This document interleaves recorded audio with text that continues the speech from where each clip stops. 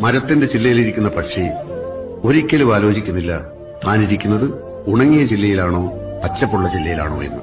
കൊമ്പടിയുമോ എന്നുള്ള പേടിയൊന്നും ആ പക്ഷിക്കുണ്ടാവില്ല. കാരണം അത് ആശ്രയിക്കുന്നത് താനിരിക്കുന്ന കൊമ്പിനെയല്ല, സ്വന്തം ചിറകിനെയാണ്. നാളെ പുറകോട്ട് ആലോചിക്കുമ്പോൾ നിങ്ങളുടെ ഓർമ്മയിൽ ഉണ്ടാവുക മൗനമായി കേട്ടിരുന്ന കാര്യങ്ങളോ, മെല്ലെ മെല്ലെ നടന്നുപോയ വഴികളോ.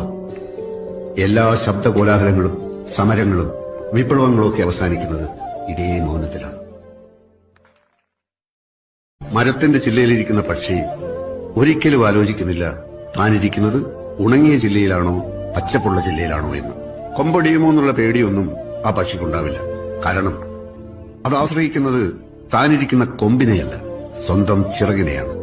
നാളെ പുറകോട്ട് ആലോചിക്കുമ്പോൾ നിങ്ങളുടെ ഓർമ്മയിൽ ഉണ്ടാവുക മൗനമായി കേട്ടിരുന്ന കാര്യങ്ങളോ, മെല്ലെ മെല്ലെ നടന്നുപോയ വഴികളോ. എല്ലാ ശബ്ദകോലാഹലങ്ങളും സമരങ്ങളും വിപ്ലവങ്ങളും ഒക്കെ അവസാനിക്കുന്നത് ഇതേ മൗനത്തിലാണ്.